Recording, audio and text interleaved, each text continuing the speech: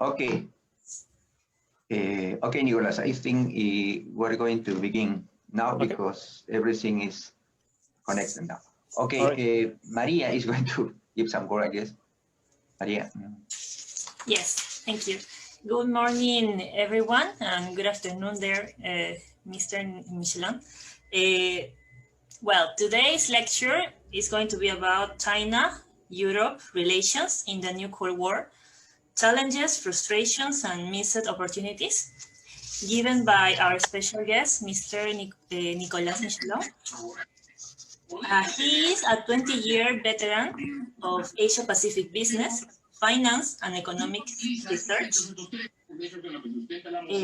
Nicolas Michelin is the founder of Asia Intelligence Advisory, an economic and strategic intelligence consulting firm, and chief editor of AsiaPowerWatch.com, an observatory of Asia-Pacific economic power.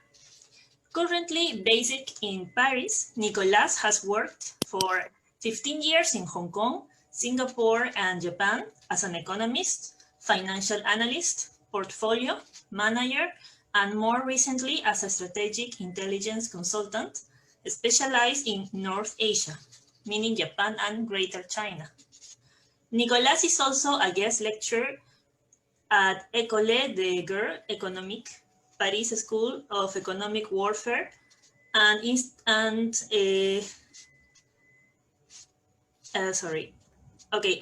speaker in various conferences in Asia and Europe.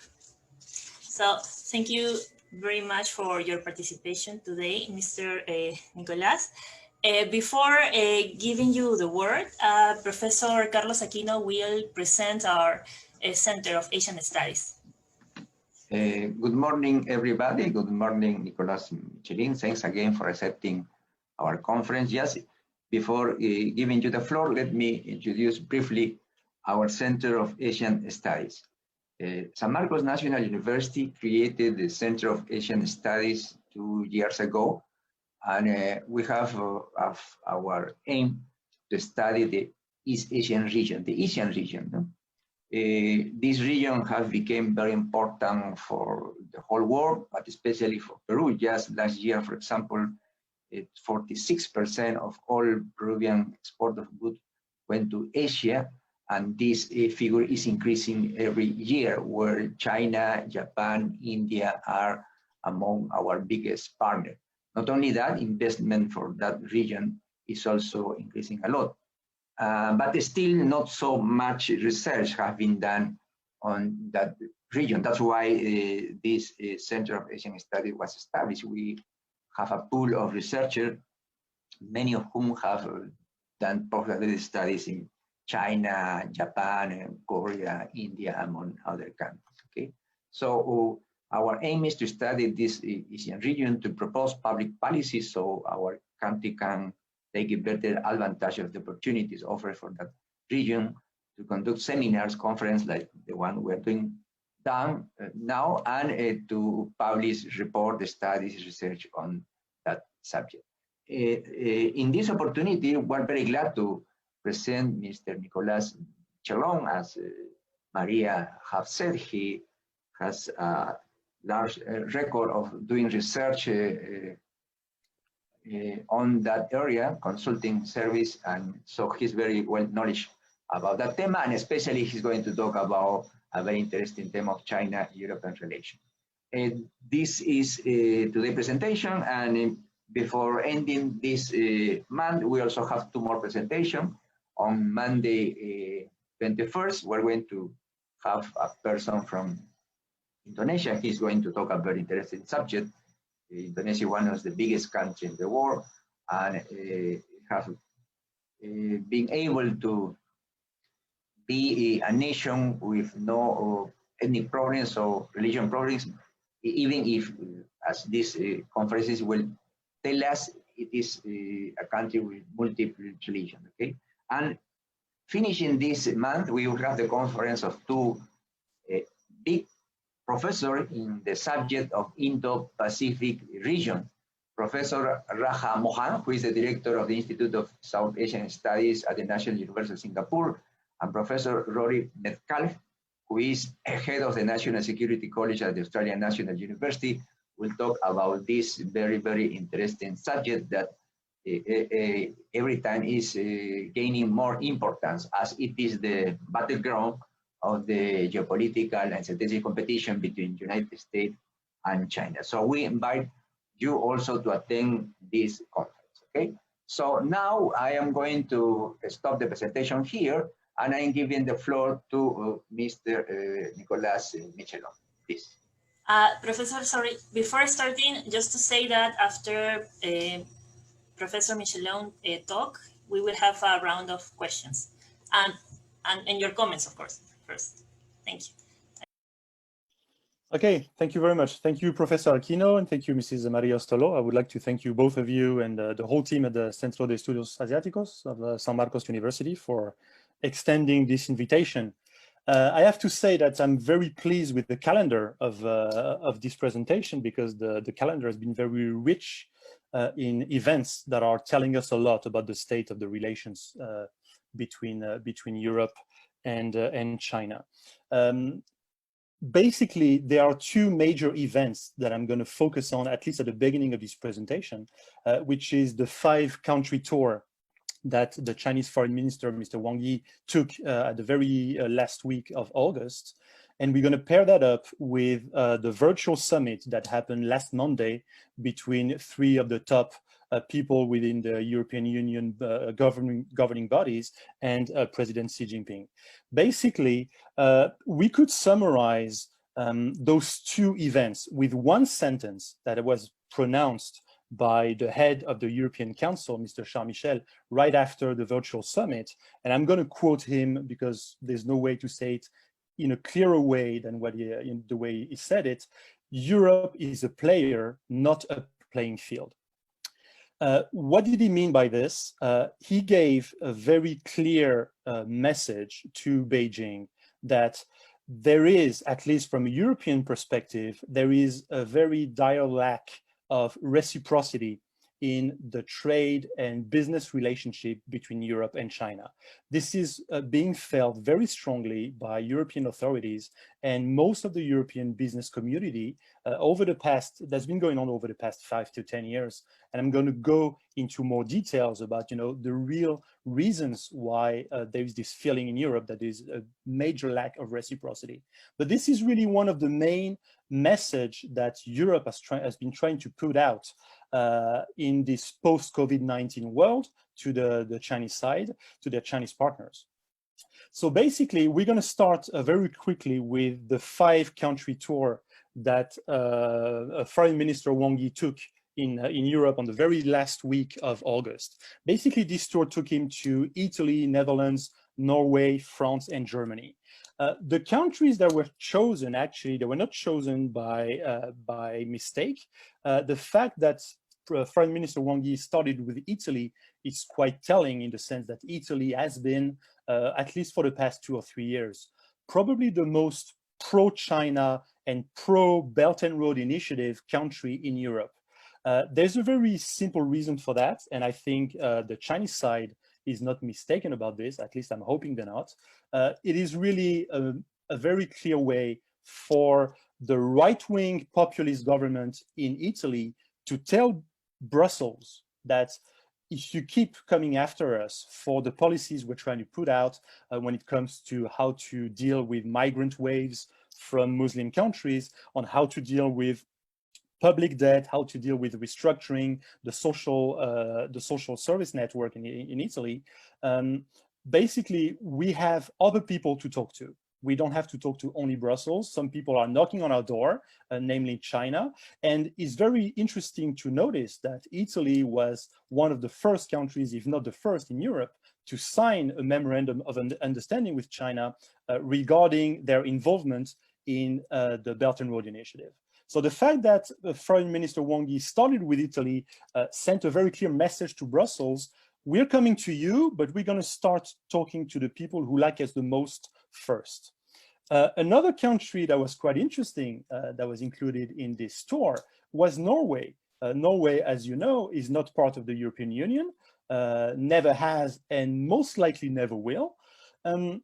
why did Foreign Minister Wang Yi include Norway? And that's actually one of the first countries he went to during his tour. He didn't keep it for the end of the tour. Two reasons for this. First, I would say very direct reason. Norway is obviously an Arctic power. China has Arctic ambitions. It considers itself a near Arctic power. So you wanted to make it clear that in the post-COVID-19 world, China will still be claiming interests in the Arctic. And they wanted to make it very clear with one of the European countries that has one of the biggest interests in the Arctic.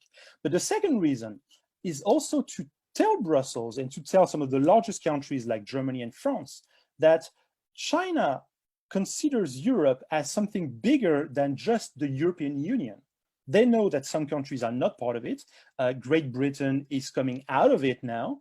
So they are telling basically Brussels, we are willing to talk to people outside of Brussels. They know and they expect that there's a lot of resistance, and there will continue to be a lot of resistance in Brussels. So they're willing to talk to other countries outside of the EU and even to countries directly to make sure that the balance of power is in their interest, and that they don't get in a deadlock with a huge economic entity like the European Union. So that's really one thing to notice on how this 5-country tour was structured. In terms of content, it was very interesting to see that initially the objective was obviously to go on a damage control mission to Europe. Damage control because of the large amount of criticism that the European leaders have had regarding Chinese management of the COVID-19 pandemic. Also damage control to see how far the United States have been able to whisper in European ears and convince Europe to stay on the US side of the trade war and the tech war that is coming. To say the least, this tour has been less than successful. We have seen actually a mix of conciliatory and threatening tones from the Chinese side.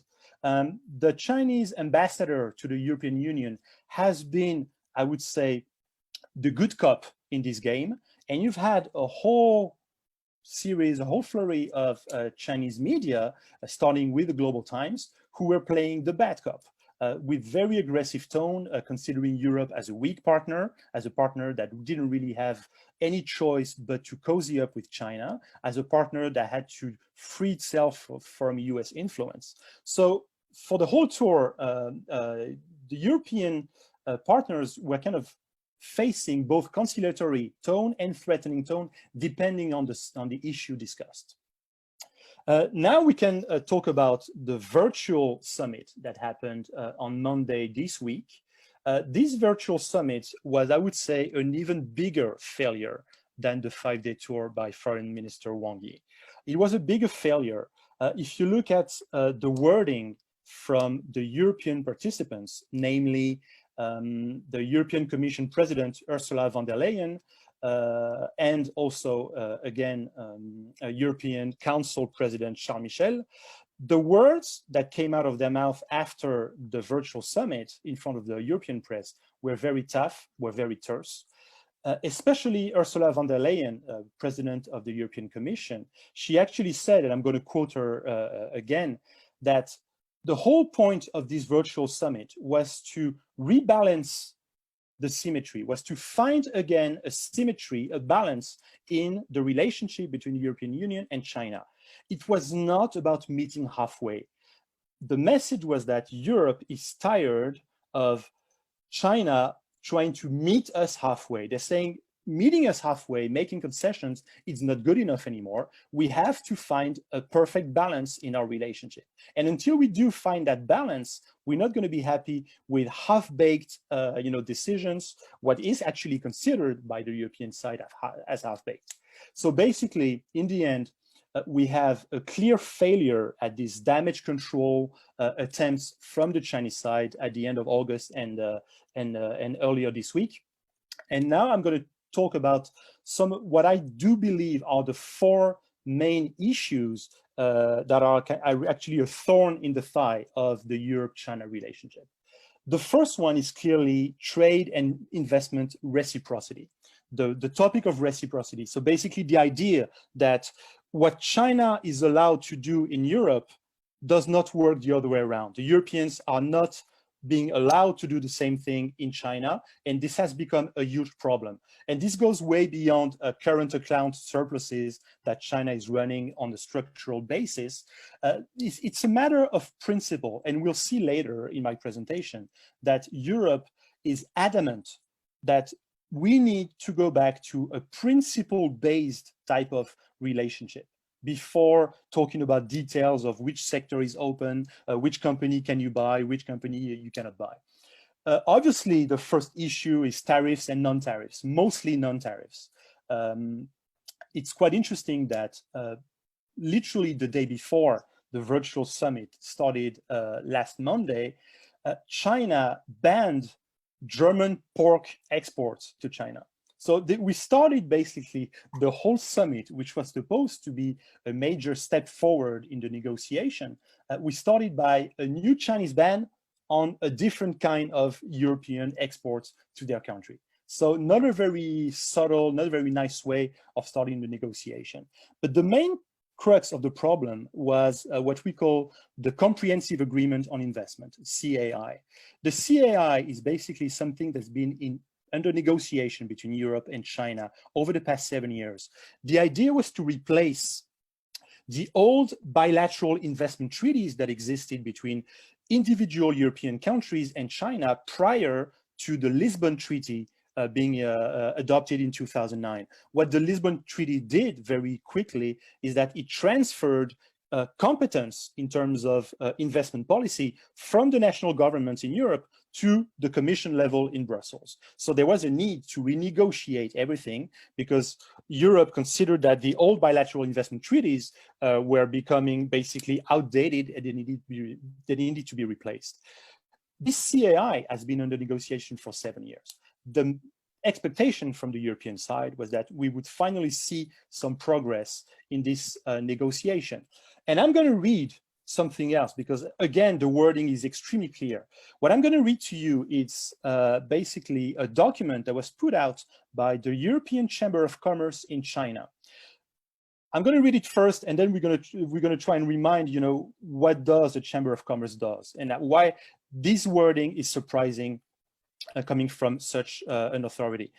They're saying, and I'm quoting, lack of reciprocity in access to the Chinese market and the absence of a level playing field for European investors in China have posed major challenges for EU-China investment relations in recent years, with the negotiation of a comprehensive agreement on investment, CAI, being considered by the EU a key instrument to remedy this state of play.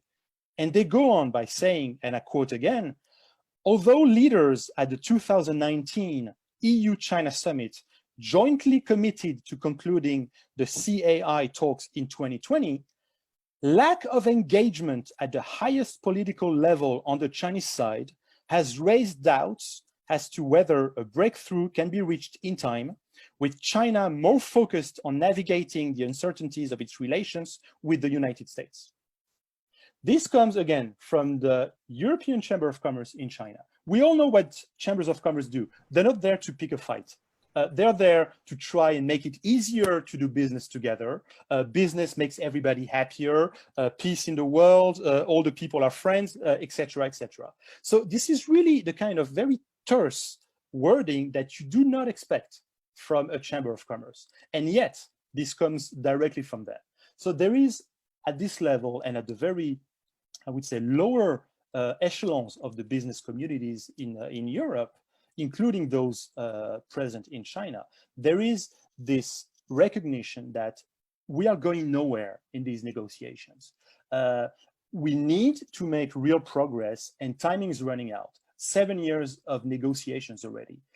This takes me to another issue, and I'm going into more details, which is the Chinese policy when it comes to foreign direct investment controls. So basically, how does China, and through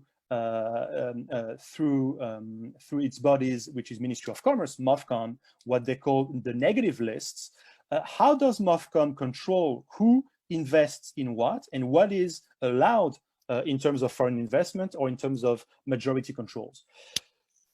Throughout the 7 years of negotiation for the CAI, one of the major demands has been, of course, that MOFCOM loosens the negative list, that they basically reduce the length of the negative list, that they open up more sectors to foreign direct investment, and in particularly to European investors. To be fair, things have been happening. MOFCOM has been reducing the list. Again, last June, they've announced a new negative list, which is much shorter. I'm going to give you some very precise examples. Since June, foreign companies can now invest in companies managing nuclear fuel production and radioactive minerals processing. They can invest in urban water supply, drainage networks. They can invest in tobacco products. They can invest in traffic control. Even better, foreign companies can now fully own securities companies in China. They can fully own futures companies. They can fully own life insurance companies, for example. So there has been some opening. It wouldn't be fair to say that MOFCOM has not moved one iota on this ground. The problem is that, at least from a European standpoint, the main criticism is that, is this too little too late? In the sense that we notice that what MOFCOM tends to do is that they tends to wait and ensure that their own national companies establish market dominance before allowing foreign companies to invest in them. So what a lot of European investors is saying that, thank you for this new list, it's shorter than the previous one, but basically what you're telling me is that you're now allowing me to do a transaction that you know full well will never happen. Because those companies of yours in China have become so dominant in that sector that there's no way that we can purchase them or that we can invest in them. So that's one of the main criticisms. Negative lists have come down, have been reduced, but timidly and in a way that it doesn't change much on the ground. Another issue in terms of reciprocity, it's what we have been witnessing happening in terms of Chinese attempts at purchasing European strategic assets over the past 5 to 7 years. I'm going to give you one example that I worked on very precisely, because this example really embodies one of the strategy, and I'm really not saying that this is the main strategy and that the Chinese investors are always doing it this way, but this particular example came really as a shock to Germany in particular and to Europe in general because of a very specific way of approaching a target and basically considering it as a prey. And I'm going to be talking about the case of Extron. Extron is a German semiconductor company that up until 2014 was relying quite heavily on one major Chinese client, which was called San'an Optoelectronics out of Fujian province. What happened is that towards the end of 2014, San'an Optoelectronics placed massive orders to Extron. So that propped up Extron stocks up massively. And then suddenly they canceled all the orders. What happened is that between the end of 2014, when San'an Optoelectronics canceled massively all their orders to Extron, and the mid of 2015, the stock price of Extron collapsed, understandably so. And in May of 2015, who comes knocking on the door of Extron? Another Chinese company called Fujian Grainchip, also from Fujian province, offering to take over Extron at bargain stock price.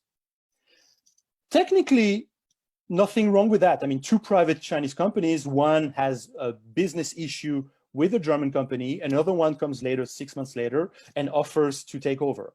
But what the German authorities realized is that not only were these two companies not really private, actually Fujian Grainchip was owned very discreetly by a Fujian authority called Xiamen Bohao. Up to 49% of it was owned by Xiamen Bohao, which is a state-owned entity. But they also discovered that San'an Optoelectronics, the first private company who canceled the orders, which took the stock of Extron down, that company was being financed by the same Xiamen Bohao state-owned company.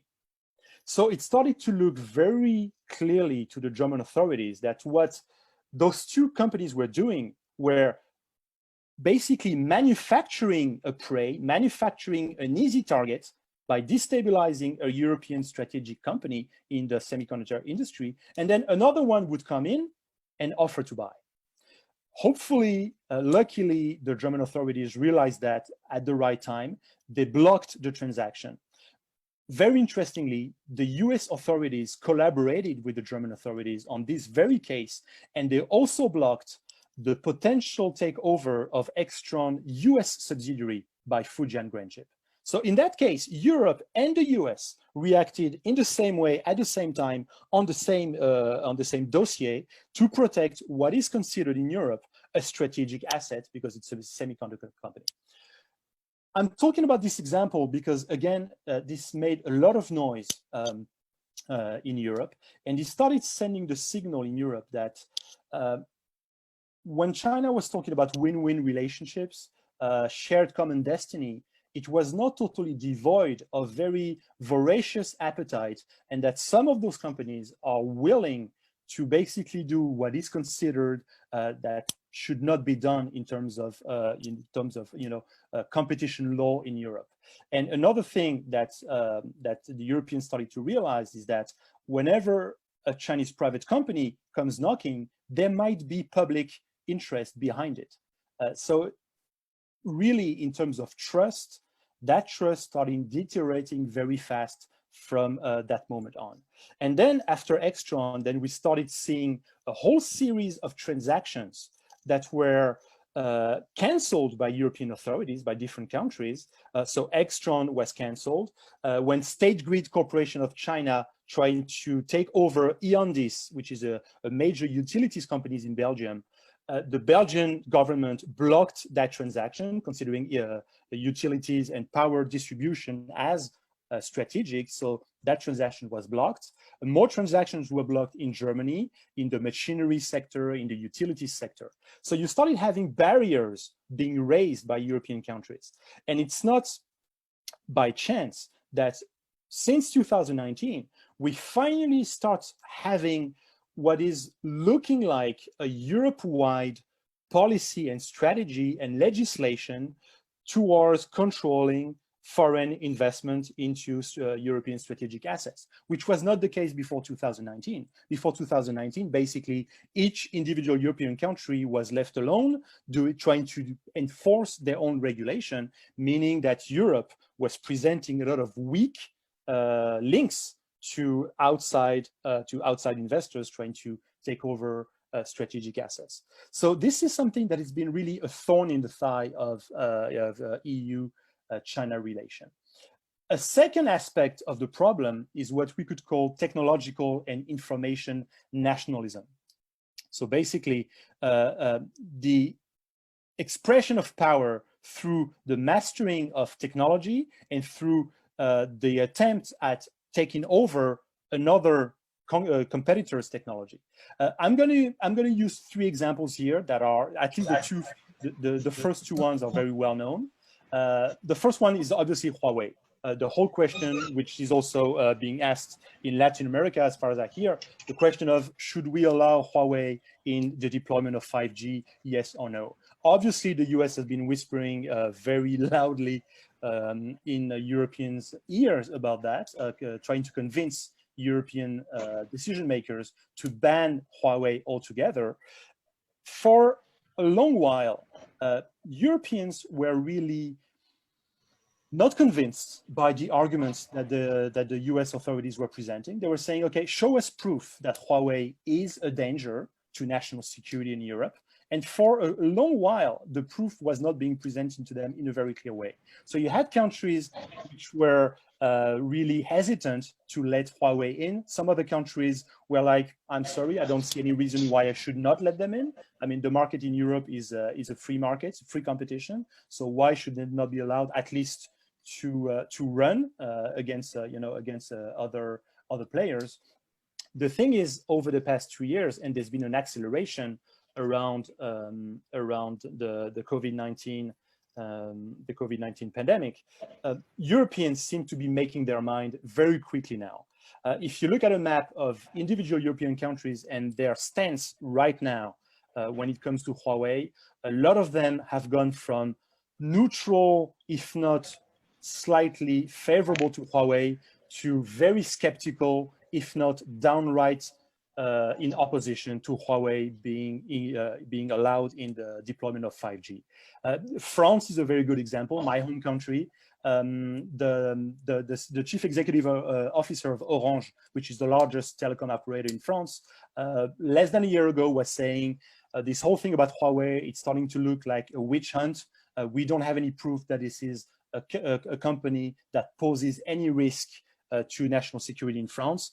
And now we have a new set of decisions which basically say that Huawei is de facto excluded from long-term 5G presence in France, in the sense that Huawei license will not be renewed once they expire, which means that de facto Huawei will be phased out of 5G in France by 2028. The UK government before was watching Huawei very closely. They were actually forcing Huawei to give away a lot of codes to analyze the code and to see if there were no like Trojan horses, etc., etc. Now the UK government has basically said very clearly that Huawei is excluded from 5G network and will have to remove all of their gear by 2027. Denmark is the same. It has asked all the suppliers in the country to exclude Huawei from providing hardware. Same in the Czech Republic. The Czech Republic was actually one of the first countries who expressed open opposition to Huawei involvement in 5G in their country, and they were actually asking all the public servants to refrain from using Huawei and ZTE hardware. So country after country in Europe, European members are turning against Huawei. Can we say with certainty that they are simply falling under US influence on this? It's obviously that the US voice has been very present. They haven't left European countries, European governments decide on their own. But it seems to be, to me, that this whole issue on trade investment reciprocity is putting Europeans in a very bad mood when it comes to allowing, or at least giving the benefit of the doubt to Chinese companies. So I do think that a company like Huawei is paying the price of what Beijing has been doing and the way they've been doing it in their relationship with Europe. Another example is TikTok. TikTok, as you know, it's being banned in the US very clearly. For the moment, European governments are refusing to ban TikTok. Basically, they're telling the US, guys, we don't see the problem with TikTok. We don't see any problem different than the problems that the likes of Google or Facebook pose, basically. To us, it's no worse than Facebook. They are obviously doing big data. They are gathering a massive amount of information on their users. But hey, Facebook does that too. I mean, it's not news for us. So we don't see a reason to ban them currently. They're actually saying that it's a relatively benign application. So for the moment, TikTok is basically okay in Europe. They are going to be watched more carefully because of the amount of information they're gathering on their users. But the argument that the US is presenting to Europeans being information nationalism, meaning that you should be careful because any Chinese company by law has to agree to collaborate with the Chinese military since the implementation of the new national intelligence legislation in 2017. For the moment, the Europeans say, okay, we need to see proof of that. So TikTok is off the hook for the moment, but it may not last. We'll see, time will tell. The third example, and that's only starting to unfold as we speak now, so it's going to be extremely interesting to see where this takes us, is the case of Zhenhua Data. Zhenhua Data is this Shenzhen-based big data company, and it appears now there are leaks showing that Zhenhua Data has been gathering big data on millions and millions of people throughout the world, and mostly throughout the Western hemisphere. We're talking about big data on politicians, on media and entertainment people, on military, on members of royal families, important people in the technology sector, in academia. This is, I do believe that this has the potential to be the next WikiLeaks or the next Panama Papers. It's extremely worrying. One very interesting fact is that we're starting to have those leaks coming out of Italy. You remember that I told you that Italy has been for the past few years one of the most pro-China, pro-Belt and Road Initiative country in Europe. Now, some media in Italy are digging into this Zhenhua data scandal, what could become a scandal very soon. And they're showing that in Italy, Zhenhua data has been actually collecting information also on members of organized crime, members of the Italian mafia. What are they going to do with this information? It's getting really worrying for European leaders, especially when you remember that if Zhenhua data is being asked by the Chinese military to pass over the information, by law, they have to comply. And by law, they have to keep it secret that they had to comply. So there's a major worry there.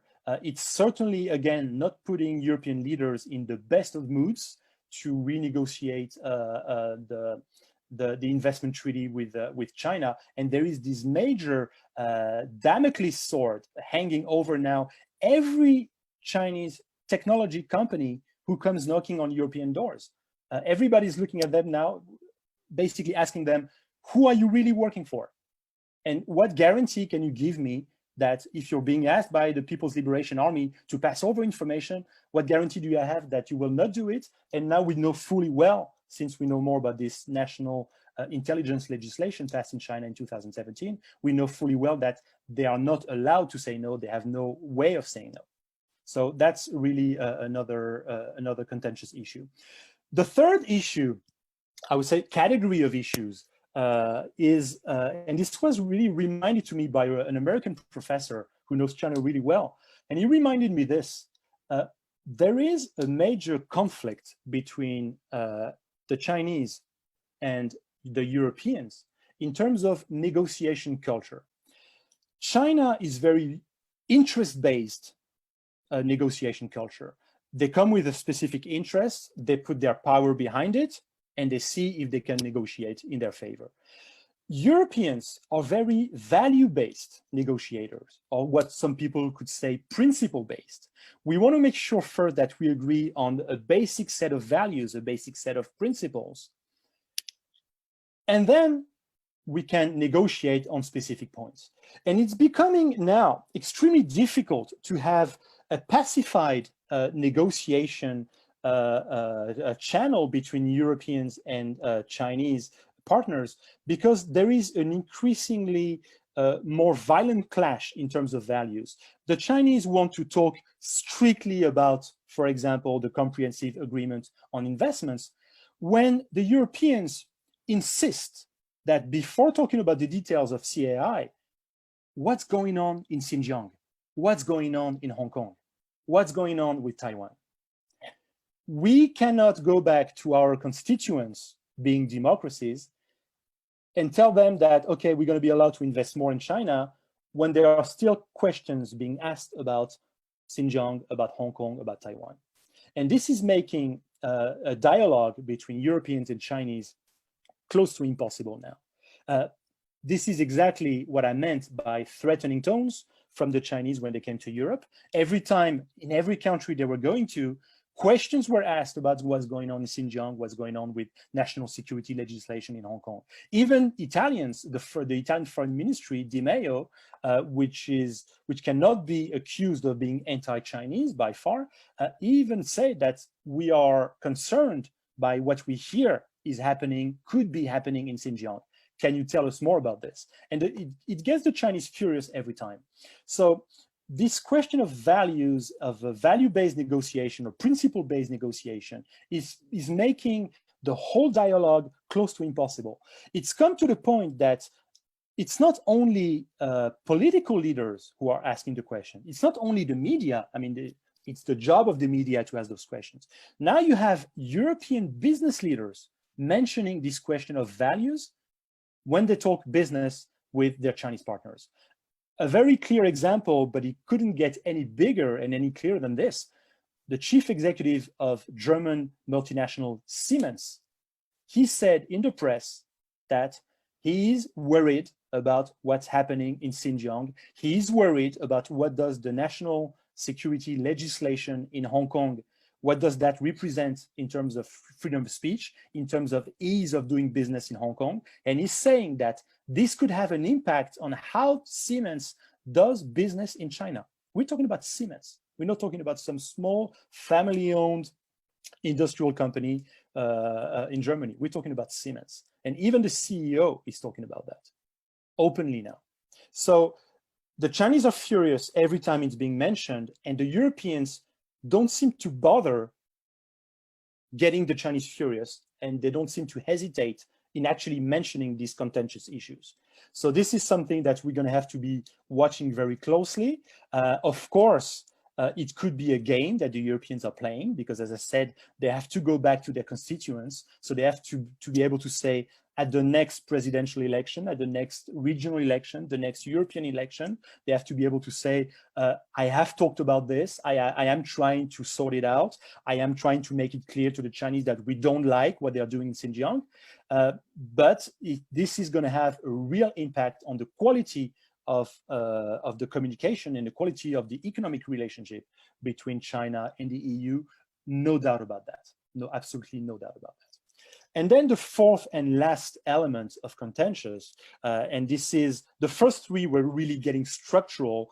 This one, it's really about the news. It's really about what's been going on over the past 6 months and what's been making our life so unpleasant over the past 6 months. It's the way China has been managing COVID-19, managing the disease itself and managing its communication over the disease, and the way Europe has been a field for information warfare between the US and China over COVID-19. And Europe is finding it extremely unpleasant. This is exactly what Charles Michel said when he said Europe is a player, not a playing field. Europe is finding it very unpleasant to be considered as just a battleground. I was covering the last part of my presentation, which is the issues that the Europeans have been having with the way COVID-19 has been managed by the Chinese authorities and the way the communication around it has been managed, what we could call a real information warfare. The first part of it was really the mask diplomacy. So basically, China saying, we're coming to the rescue, we're sending all this medical equipment for free, we're going to help you. Probably only we are able to help the countries that are the most affected. It did work to a certain extent, at least in the beginning of the pandemic in Europe and the beginning of the lockdowns in Europe. And I'm thinking in particular about Italy, which was one of the countries that was the most affected right away, starting at the end of February, and they were in full lockdown very quickly. The numbers of casualties rising up through the roof very fast. It did work to a point. The problem is that the Europeans felt very rapidly that there was a confusion, almost on purpose, between what China was giving away in terms of medical equipment to countries and what Chinese companies were actually selling on a typical business basis.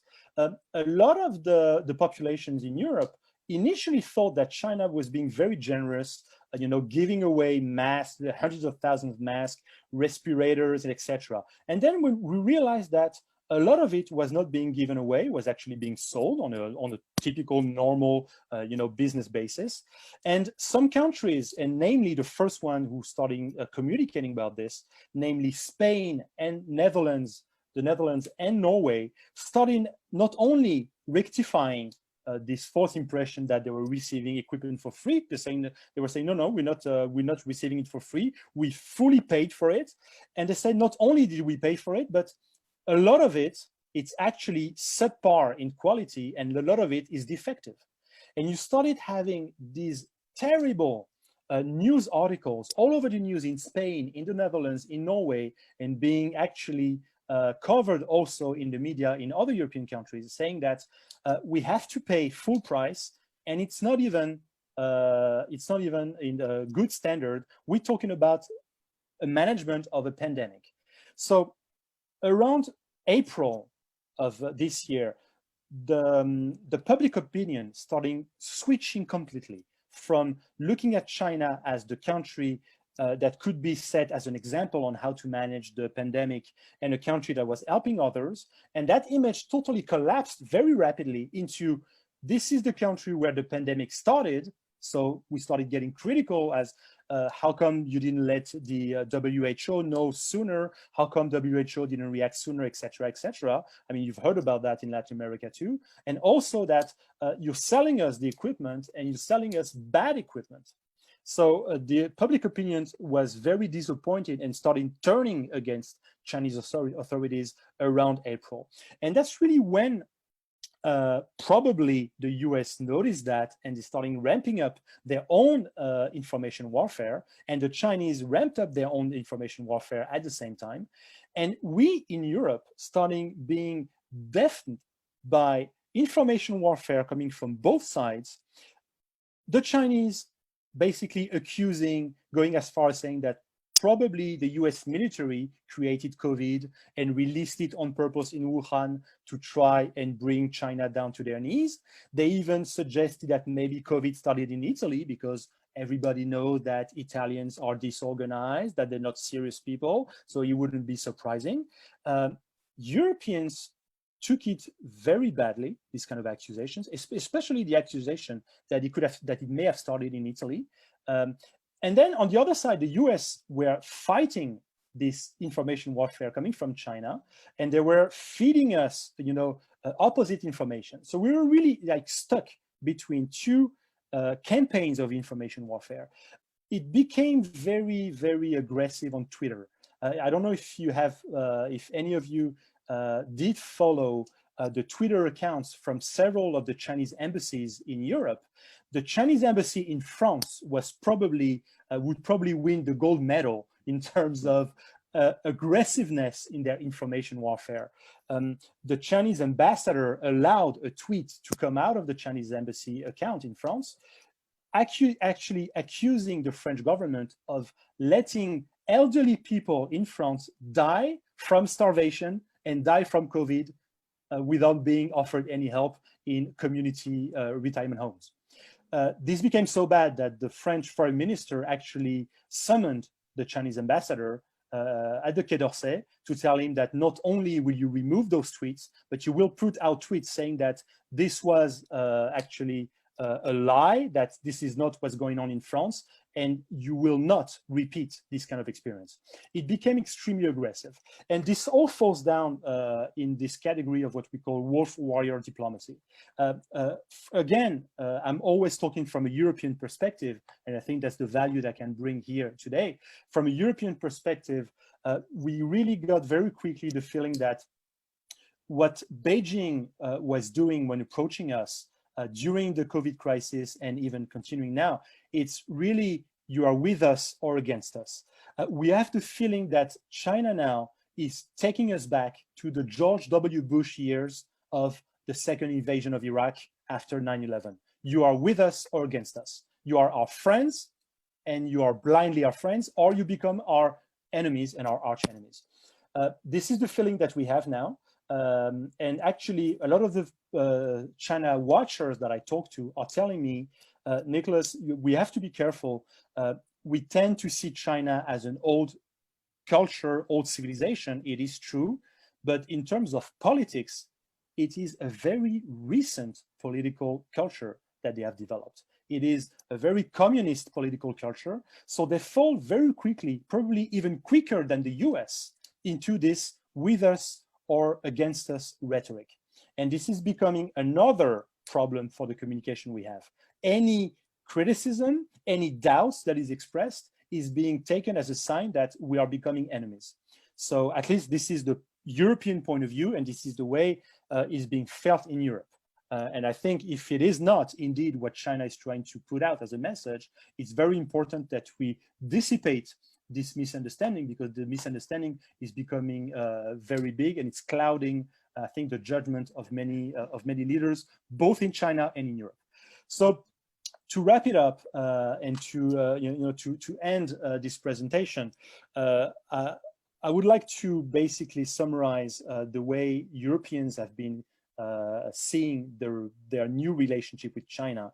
We are feeling, our leaders are feeling that China, just like the US before, have come to play a divide and conquer game, a divide and conquer strategy.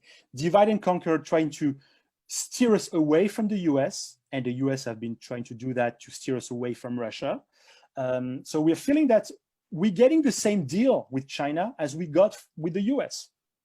No better, no better. Whereas before the pandemic, there was always this sense, at least among some elites in Europe, that having a China option, it's extremely interesting because it allows us, and I think it's probably the thinking that is already very widespread in Latin America, it allows us to minimize our dependence on the US. It's better to have two trade partners than just one. But the feeling we get is that the deal is no better, So they're trying to separate us from the US, and they're trying to draw a wedge within the EU. They're trying to talk mostly to Italy, to Portugal, to Greece, for example, countries that have been very weakened by the economic crisis after 2008. They have been having the biggest difficulties getting back on their feet, and they're trying to use that to push Belt and Road Initiative, to push their influence, and it's starting to drive a wedge. Another issue is that this aggressiveness that China has been exhibiting in their information warfare, it's starting to have the reverse desired effect. A lot of the populations, a lot of the leaders, a lot of the party leaders in the European Parliament are really turning, at the very least, China skeptical, if not downright China hostile. Ursula von der Leyen, Charles Michel, before, and also Angela Merkel in Germany, before they held the virtual summit, they were drowned under letters and messages from all types of political leaders within the European Parliament, asking them to be tough with China. They say, now we need to be tough. Being understanding and being patient has obviously been mistaken with being weak. So now we need to be tough. And those leaders they are feeling this pressure. I mean, Europe, it's not like China. They have to answer to constituents. They have to build alliances to be reelected. So they have to listen to this kind of pressure. And the temptation is very big to agree to that. So we really, in terms of EU-China relations, we are really at a crossroads now. I think there's really two ways, and two very opposite ways, that things can go down from now on.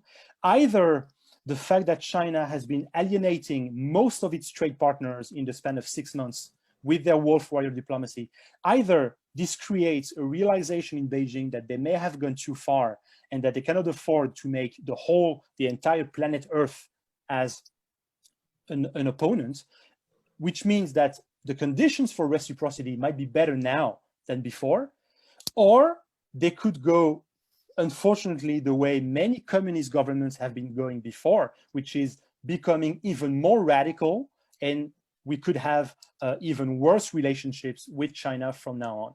I think we are at a crossroads. There's not much that can be negotiated in the details. The Europeans are really adamant that we need to go back to square one and talk about values, talk about principles, before talking about whether we can buy this bank or we can invest in this agricultural company. We need to go back to basis. And this is what China has the hardest time accepting. They don't want to talk about principles. They don't want to talk about Xinjiang. They don't want to talk about Hong Kong. They don't want to talk about Taiwan. The problem is that this is pretty much all European leaders want to talk about now. They want to make it clear that we can have an agreement, we can have an understanding on this before we can start talking about the rest. And with these challenging views, I realize that they are challenging. They may not be very optimistic. I give the floor back, and I would be happy to take questions. Thank you. Thank you very much for this wonderful lecture, Mr. Michelon, very insightful. Before giving the word to Professor Aquino, I would like to ask you just one question on Germany. Of course, it's the biggest country in the European Union. So do you think Germany will block out Huawei from participating in the building of 5G, of its 5G infrastructure?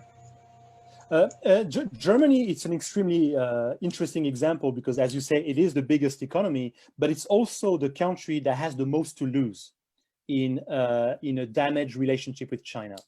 Germany is the country that exports the most to China in absolute terms and in relative terms to their total exports. It is the country that is the most exposed to imports from China. So it's definitely the country that has the most to lose.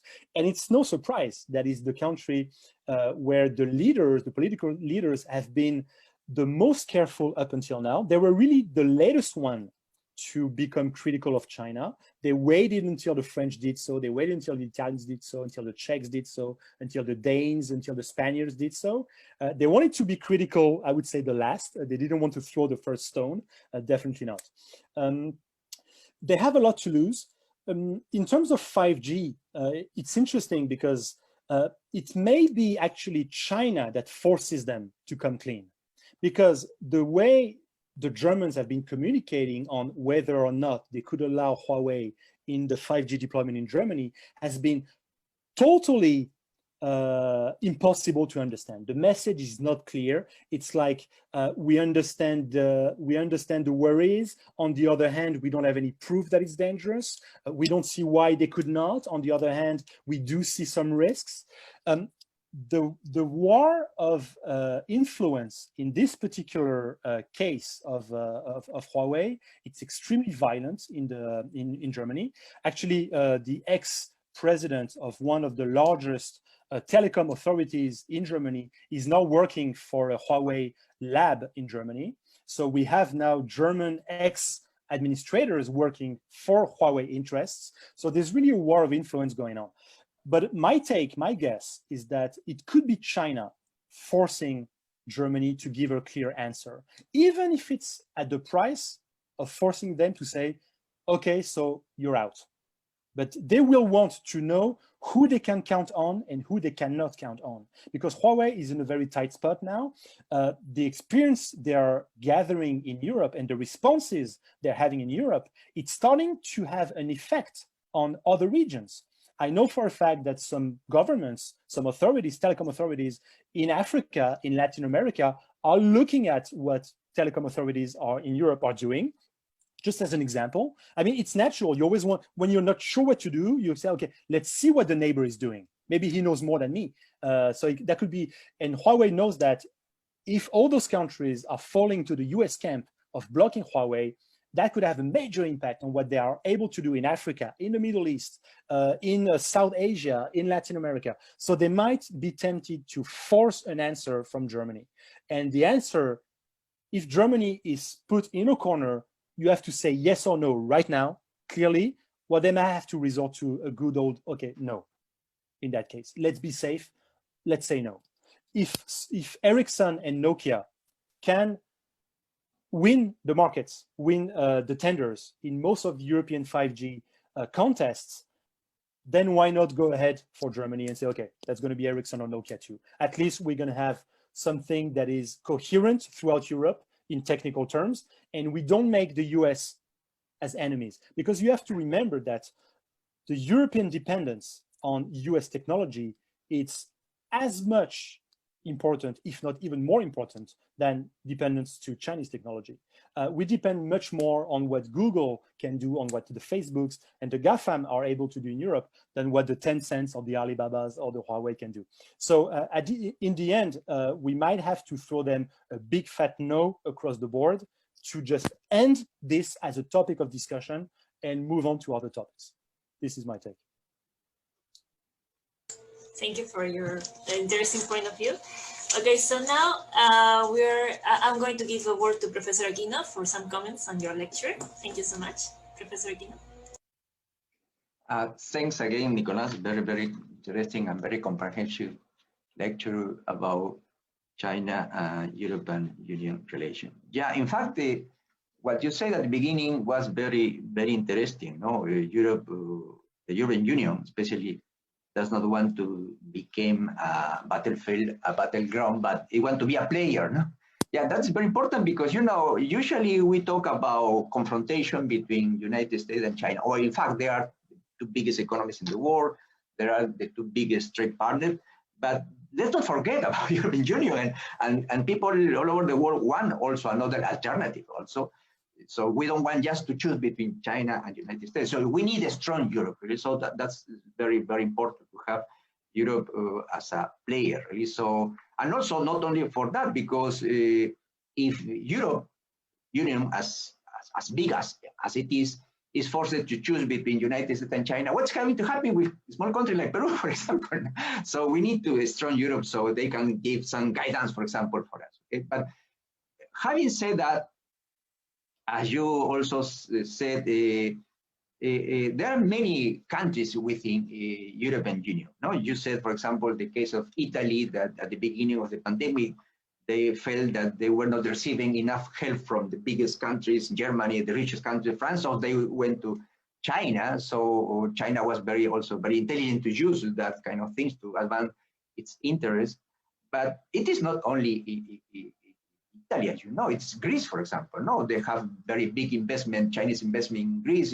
In fact, it is said that China, the big report that China companies have bought there, it's going to be a string of ports surrounding all Europe. So it is not only Italy, there are several countries, but it is not only that way. You know, in China, they formed some years ago this kind of cooperation between China and Central and Eastern European countries. Okay, not only Greece, but the former, for example, Soviet Union Republic. So China, some people said, China want to divide Europe, okay? So they can pick up, you know, it's very, very, very big for big countries, all big countries do that. Instead of fighting with a unified group, they want to fight with small countries so they can easily win, really. But of course, it is not easy for Europe to present a unified front. As you said in the last, the question given by Maria, in the case of Germany, for example, I was reading, for example, in the beginning of this year, or in the first half of the year, China has become for Germany the biggest export market. It is incredible. So Germany every time is relying more and more in China, and as you also said, the relation between Germany and China are not that easily.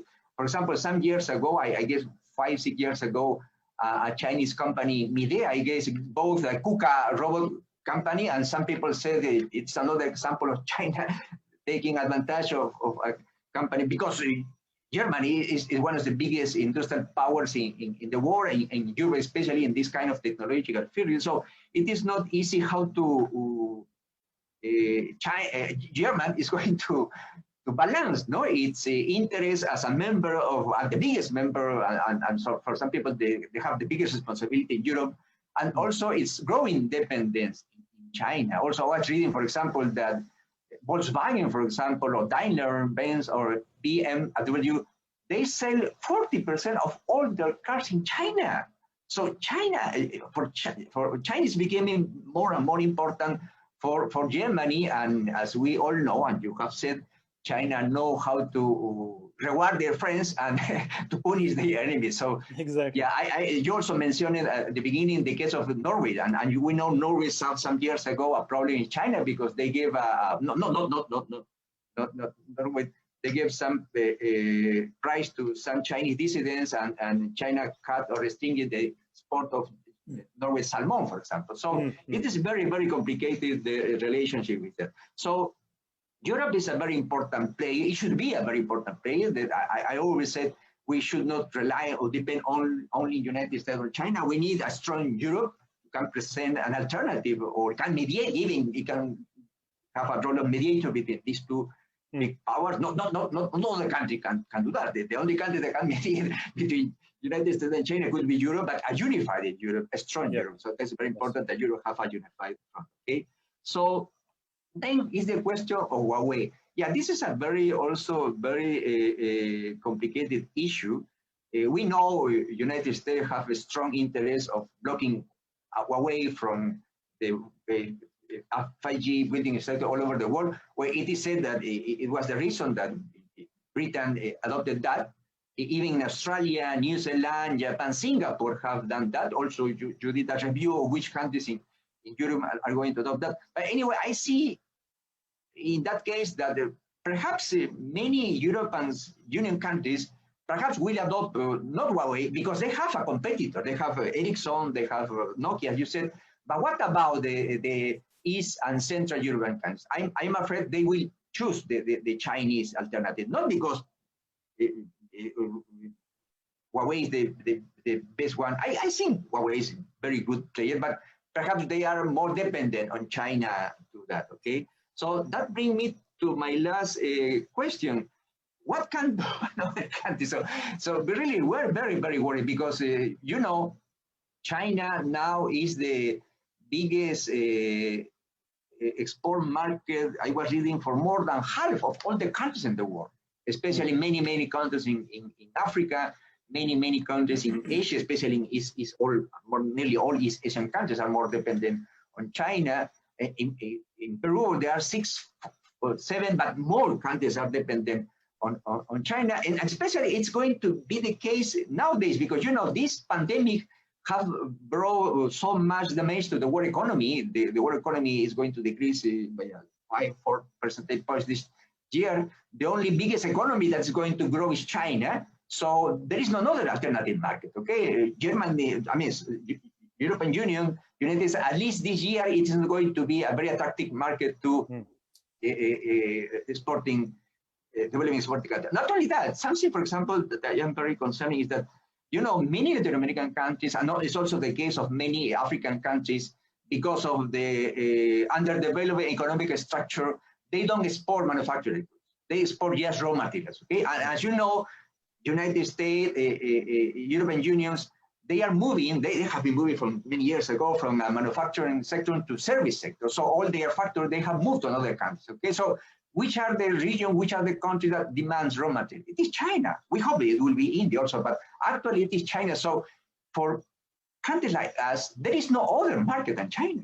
As long as we continue exporting just raw material, of course, we export manufactured wood, we could export to European Union, to the, so that is the question, what's going to happen? So just to finish, can you give us, the various countries, a word of advice basing in what the European Union can do, or you know very well this China relationship with the world, what can we expect with China? Because yeah, China, as you rightly say, China, it seems, and also United States, they are pushing all countries to choose between both of them. So what's going to happen with us? That is the question that everybody wants to know. Thank you. Thank you, Professor Aquino, for those. I'm hearing three questions, so I'm going to answer it in 3 parts. First of all, to go back to Germany and to make a link with the question from Mrs. Ostolo.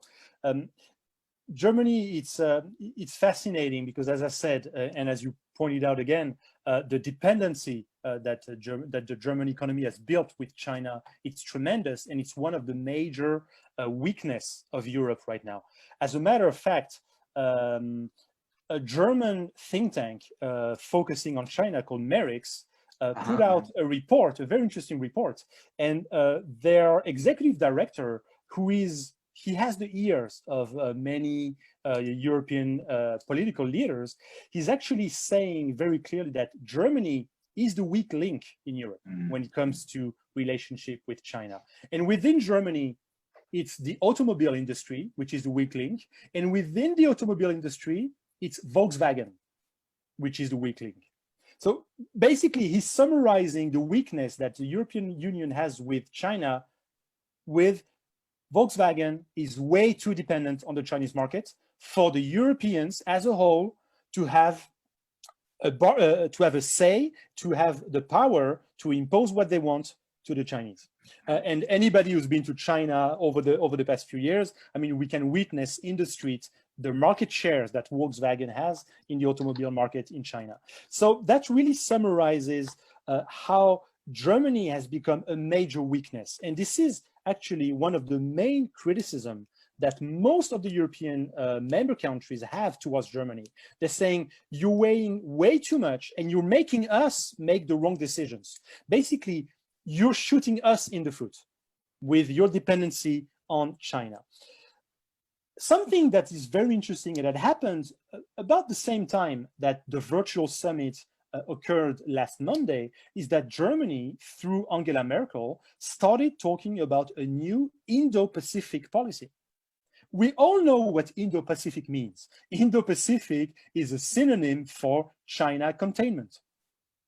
So it is interesting, and it goes actually to your last point, which is how do we deal with China dominance in world trade? What is the future? I do think that we are seeing signs that Europe is waking up to the reality that globalization, it's over, it's the end. COVID-19 killed globalization as we knew it. We are going towards a world where you're going to have several areas doing trade within themselves and with little trades between the different areas.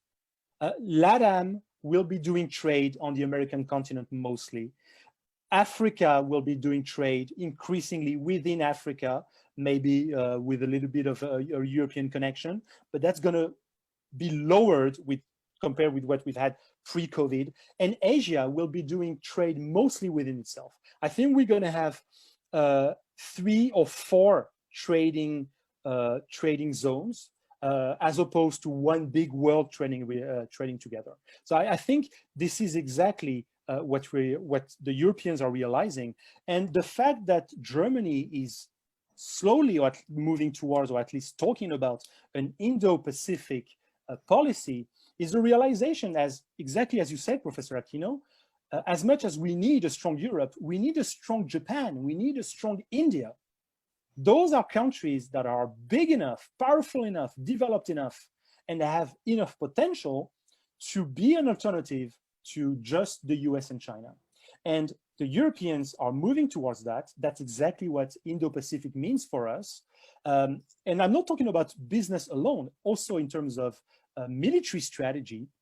France is getting closer to the Quad security alliance with Japan, US, and Australia. We're being very, very cozy with them because of the fleet France has in the Pacific with the French Polynesia. So across the board, in terms of trade, in terms of security alliances, we are really trying to go towards a bigger containment of China. The one point is that I'm still not seeing any move towards freeing ourselves from US influence. We're trying to free ourselves from Chinese influence, Chinese dependence, but we're not trying to do anything substantial to free ourselves as Europeans from US influence. And that's basically the nature of the political rift in Europe right now. A lot of Europeans are saying, yes, China is dangerous, yes, Russia is dangerous, but so is the US. So we got to get closer to Japan, to India, to LATAM, to Africa, because those are our real alternatives.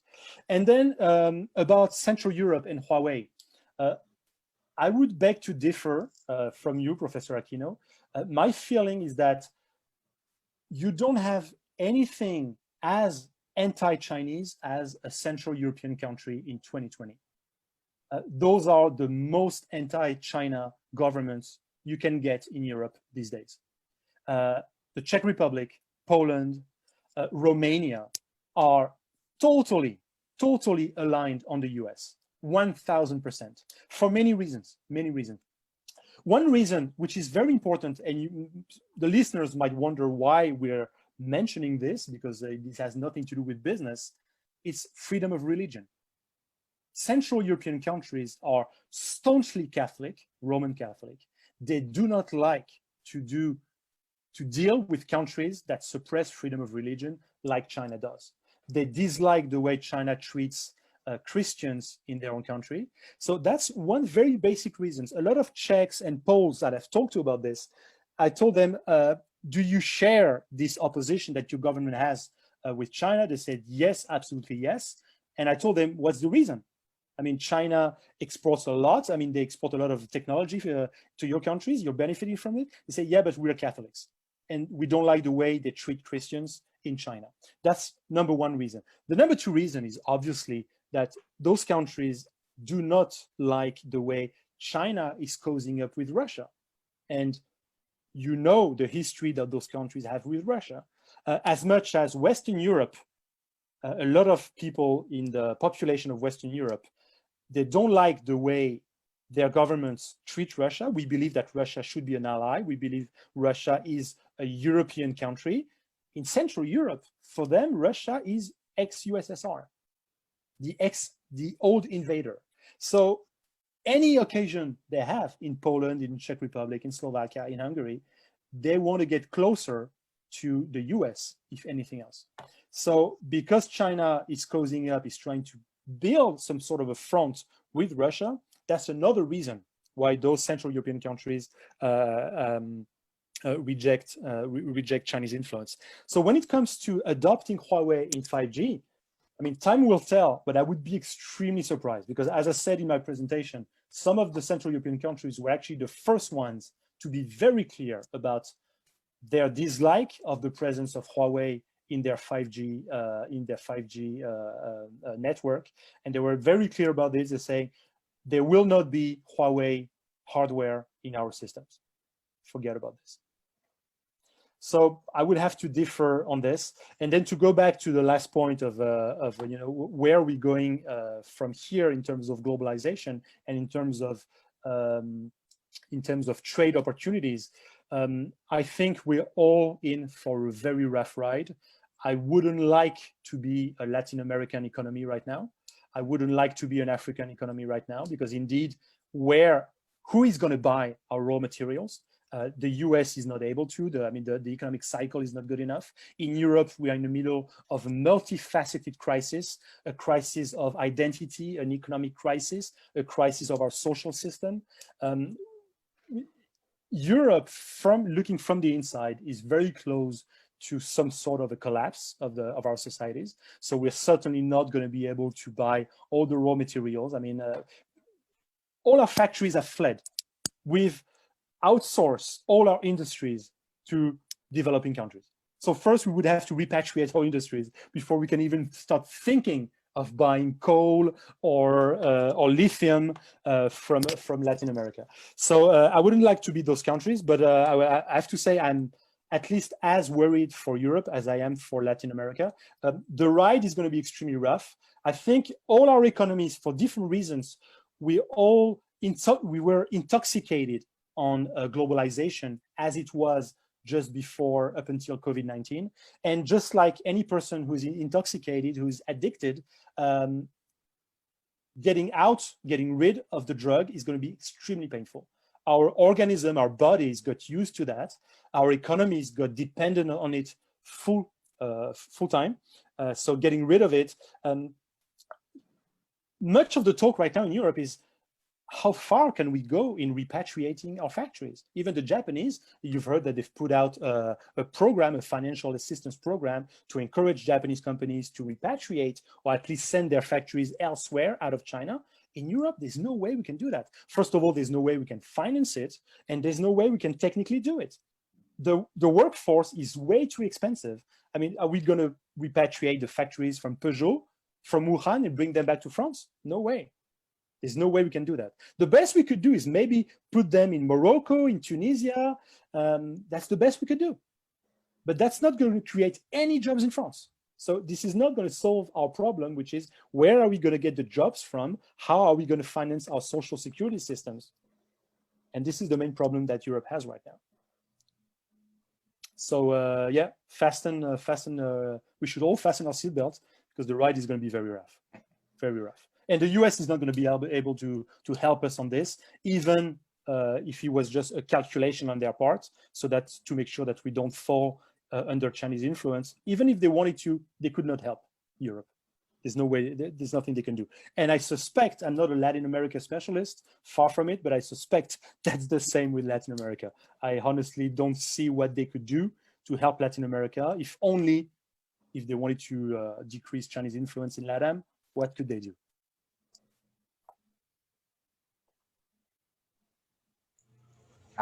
Yeah, Yeah, very interesting, Nicolas, your point of view. Yeah, just two things. I was smiling a little when you said Germany is the weakest link in the relationship of Europe with China.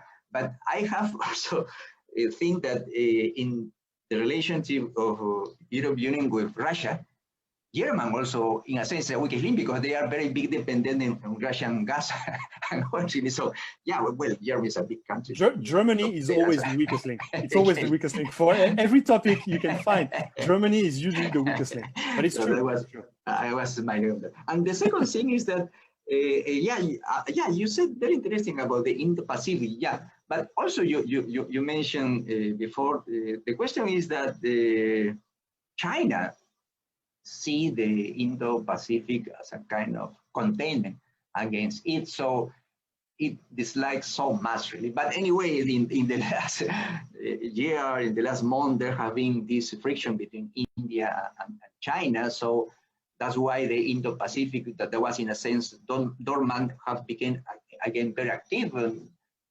Not only Australia, Japan, United States, and India, but also other countries want to join that. Even, I guess, the Deputy Secretary of State of the United States was in a webinar with China, India officer, and he floated the idea of making this Indo-Pacific country organize something like a NATO-alike alliance. But of course, if that's the case, China will not like it, really. So it's very, very interesting. Yeah, just to finish, thanks for mentioning the Indo-Pacific, and just to renew again the invitation.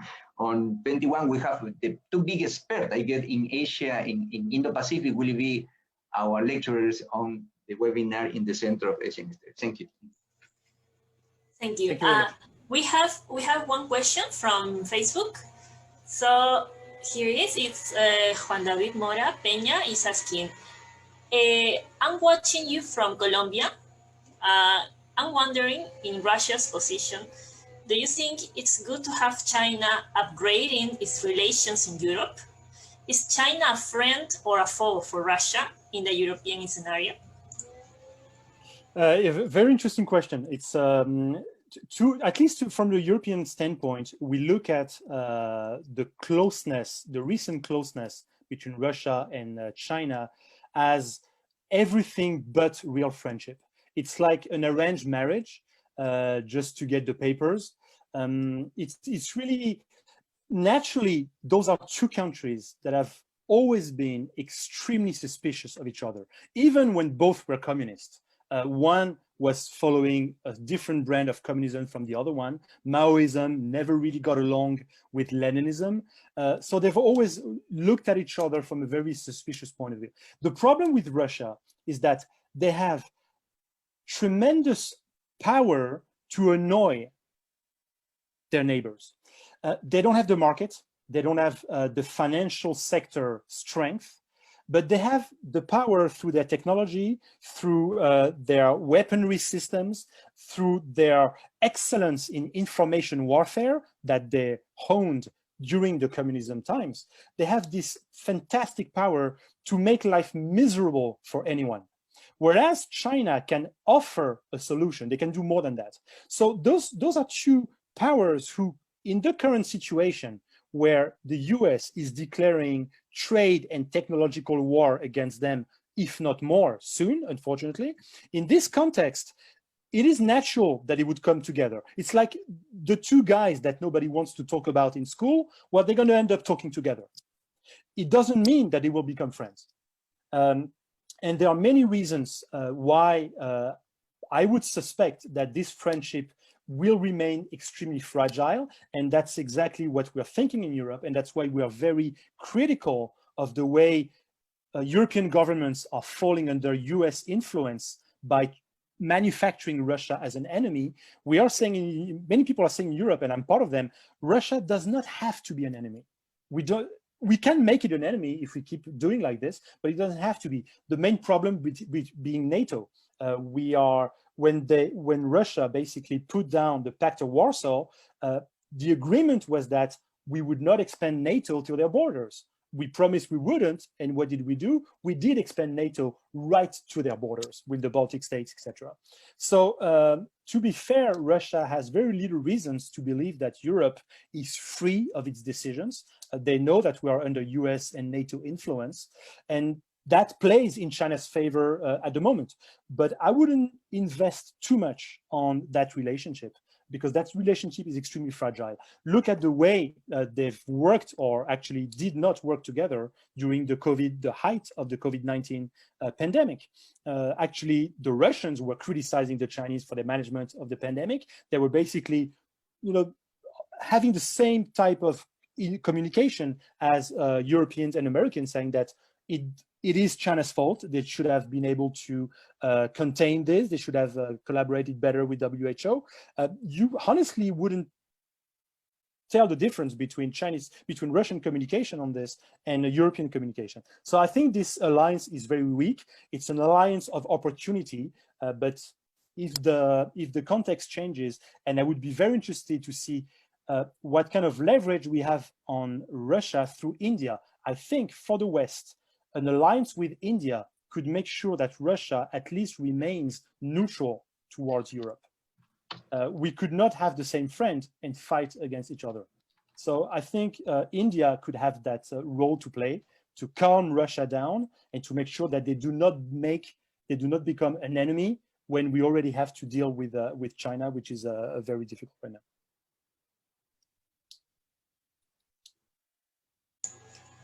Okay, I think there are no more questions. We can finish, I think, here the lecture. Thank you so much again, Mr. Nicolas, for your insightful conference. And I give the word to Professor Aquino if you want to say something to end this. No, just to say thanks to Nicolas, very, very interesting. Yes. I think we have learned a lot about China, not only about China-European relationship, but you also have given some ideas about what can we expect of the situation from now on. Yeah, you are right that we are going to experience a very tumultuous time. And some people think that perhaps with a new president in United States, something can change, but other people said not really, just the United States confrontation, China confrontation is going for a long time. So yes, we hope Latin American countries, as you rightly say, we're very exposed to both. We are the backyard of United States, but we are growing more and more dependent on China. So we hope we can have an alternative, and that alternative, any, could be just the European Union. So really, we expect so much from the European Union. So we hope the best for your country. Thanks, Nicolas. Very, very interesting. Thank you, Professor Aquino, and thank you, Mrs. Ostolo. And I would say, as the last thing to our Latin American listeners, if I was Latin American, I would build very heavily and very actively my relationship with other Asian powers, such as Japan, such as India. Those are countries that I think have the power and the willingness not only to be a positive force in Latin America, but also the willingness to diminish Chinese influence. So those, I think, are two natural allies. What's going to happen with the Pacific Alliance could be interesting to see how it develops. And if I was a Latin American, I think this is one axis, one strategy that would push very, very hard, I think. Wise word. We're going to Thank you very much. Thank you. Thank you. Take care. Thank you. Hope you can have again a meeting. Thank you. Thank you. Bye-bye. Bye-bye. Gracias a todos. Gracias.